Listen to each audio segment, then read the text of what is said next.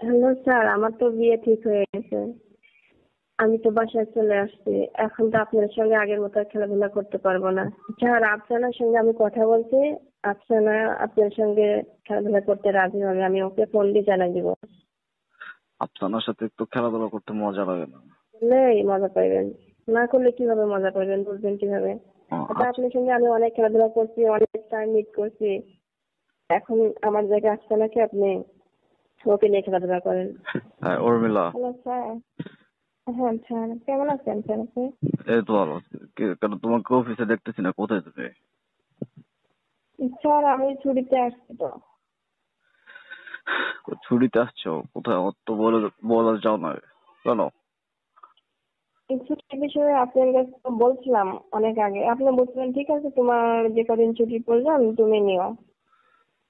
হয়তো আপনার খেয়াল নেই, বলছিলাম তো। ও, তুমি আমাকে বলে যাওয়ালো না? যাওয়ার সময় বলে যাওয়ার প্রয়োজন মনে করলো না? আসলে আমি যখন সমস্ত কাজ শেষ করে বের হব আপনাকে অনেক খুঁজছিলাম, কিন্তু আপনাকে চেম্বারে গিয়েছিলাম, আপনাকে পাই নাই। আমি তাড়াহুড়ো করে চলে আসছি অনেক কাজগুলো গুছাই। যাই হোক, এখন তো আপনি জানতে পারলেন আমি বাসায় চলে আসছি। ও, তুমি এক কি মাসের এখন জন্য ছুটি নিয়ে আসছি, বেশি দিন না। 1 মাস। এতদিন ছুটি নিয়ে গেছো কেন? কই স্যার, অনেকদিন ছুটি কাটাই না তো, লং টাইম। এক ও, মাস কোনো বিষয় না তো এটা। 3 দিন হলো বাসায় গিয়েছো? হুম। ও, তো 3 দিন ধরে বাসায় গিয়েছো, যেহেতু গতকালকে তোমাকে দেখতে পারো না, আজকে তোকে দেখতে পারলাম না, এই জন্য তোমাকে ফোন দিয়েছি। হ্যাঁ, আমি অনেক মিস করছিলাম। আসলে বাড়িতে অনেক কাজের একটা সমস্যা ছিল, এই কারণে আপনাকে ফোনটা দিতে পারিনি বাড়ি আসার পরে। তো ভাবছি আমার স্যার তো আমাকে ফোন দিচ্ছে না। ও আচ্ছা। শোনো, এই তোমাকে আর তো কি। আমি অনেক মিস করতেছি, তুমি আমাকে না বলে চলে গেলা।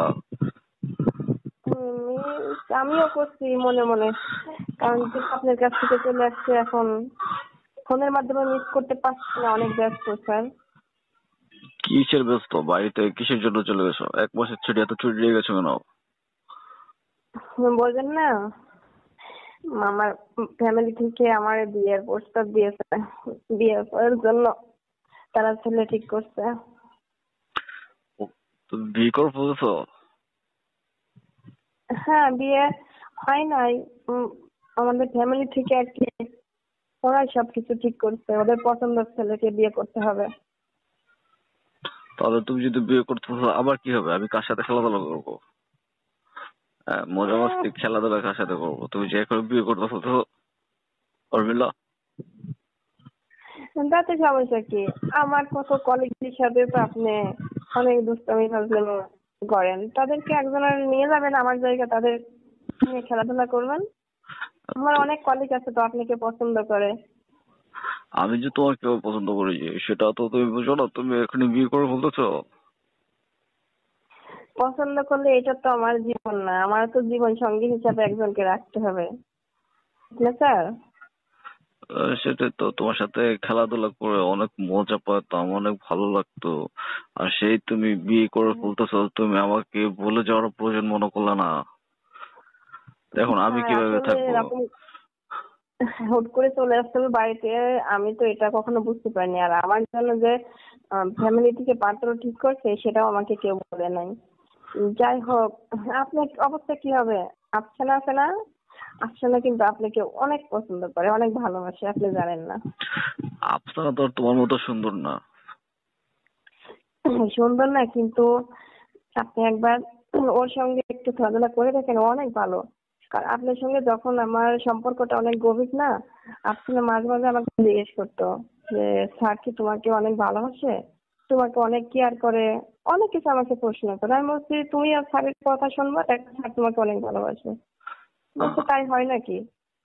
আপ- আপনি যদি আফসানা বলতে তো, কম। তুমি যেরকম সুন্দর, তুমি স্লিম দেখতে, অনেক সুন্দর আকর্ষণীয়।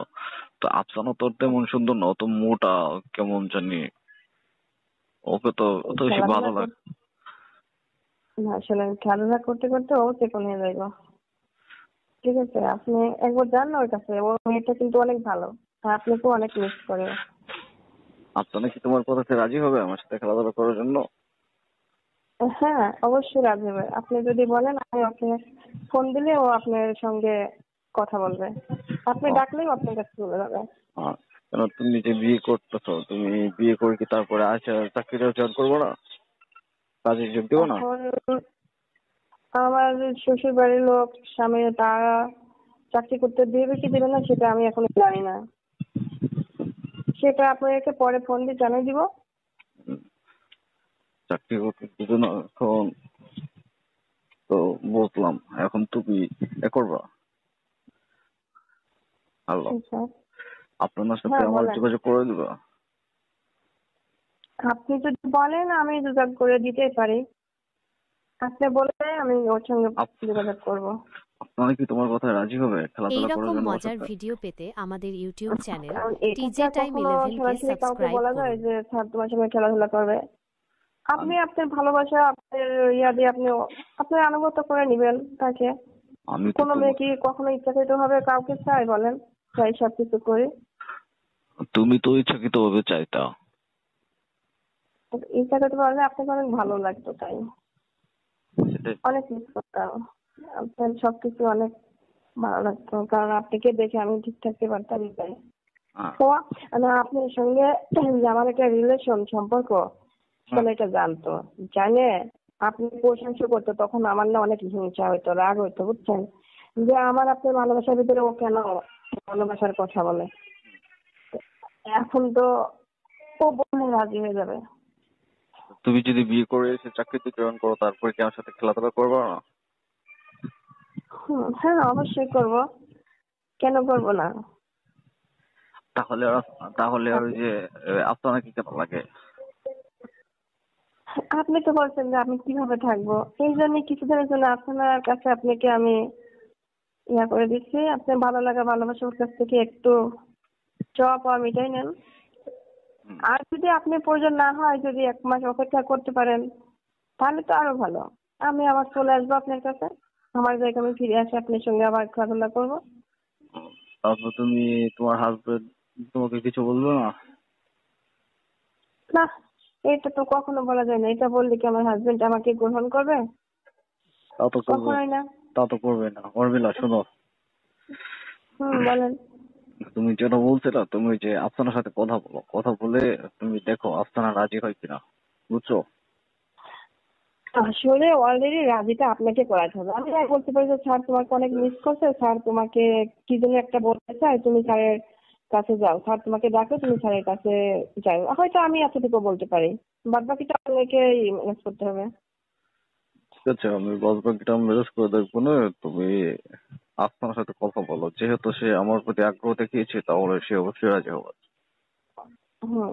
আর আপনি তো এইসব বিষয়ে অনেক পারফেক্ট। একটা মেয়েকে কিভাবে নিজে করে নিতে হয়, কোন কৌশলে, সবই তো আপনার জানা আছে। সেটা তো আমি জানি। তাহলে হ্যাঁ, 2 মিনিট লাগবে না ওকে আপনার পাগল করে দিতে। হ্যাঁ, তোমাকে যেরকম সুযোগ সুবিধা দিচ্ছি আফসানারও দেখছে, তাই না?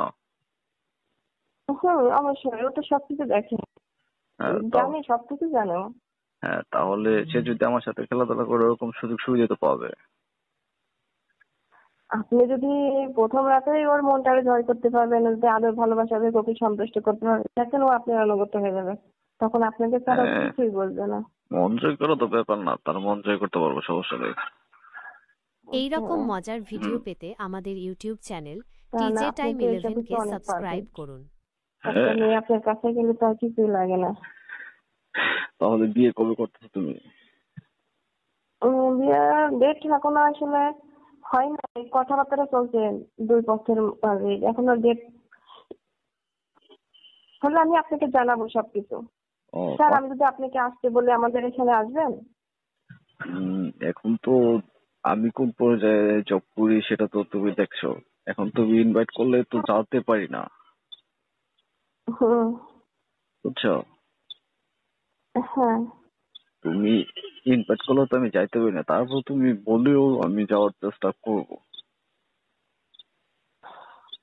আচ্ছা দেখি সেরকম পরিস্থিতি হলে আমি আপনাকে আপনার সপ্তাহ 2 দিন ছুটি থাকে তার আগে যদি ডেট হয় তাহলে আমি ডেটে আপনাকে বলবো।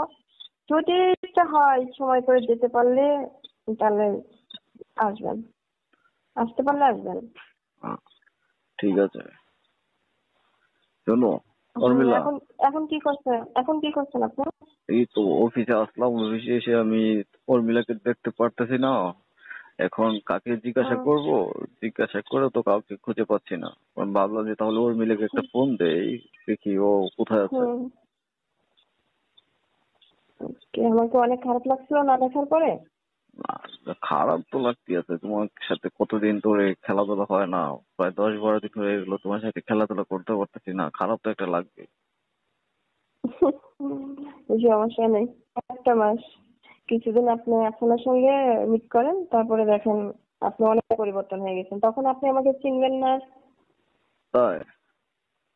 হুম। হুম। তখন হয়তো আমার ইচ্ছা হলেও আপনি আমার কাছে ফিরে আসবেন না, আমার তো এটাই মনে হয়। ঠিক আছে, তুমি আপনার সাথে কথা বলো, কথা বলে আপনাকে আমার নাম্বারটা দাও, ওকে বলো যে ফোন দিতে। আর আপনাকে দেখলাম তো ডিউটি করতেছে। ও অফিসে গিয়েছে তো, ও আমার সঙ্গে কথা বলছিল, অফিসে যাওয়ার পরে ফোন দিয়েছিল। হুম। তো তুমি কি আর কাউকে বলছো যে বিয়ে করতে গেছো, না শুধু আমাকে বললা? না, না শুধু আপনাকে বলছি, এই বিষয়ে কাউকে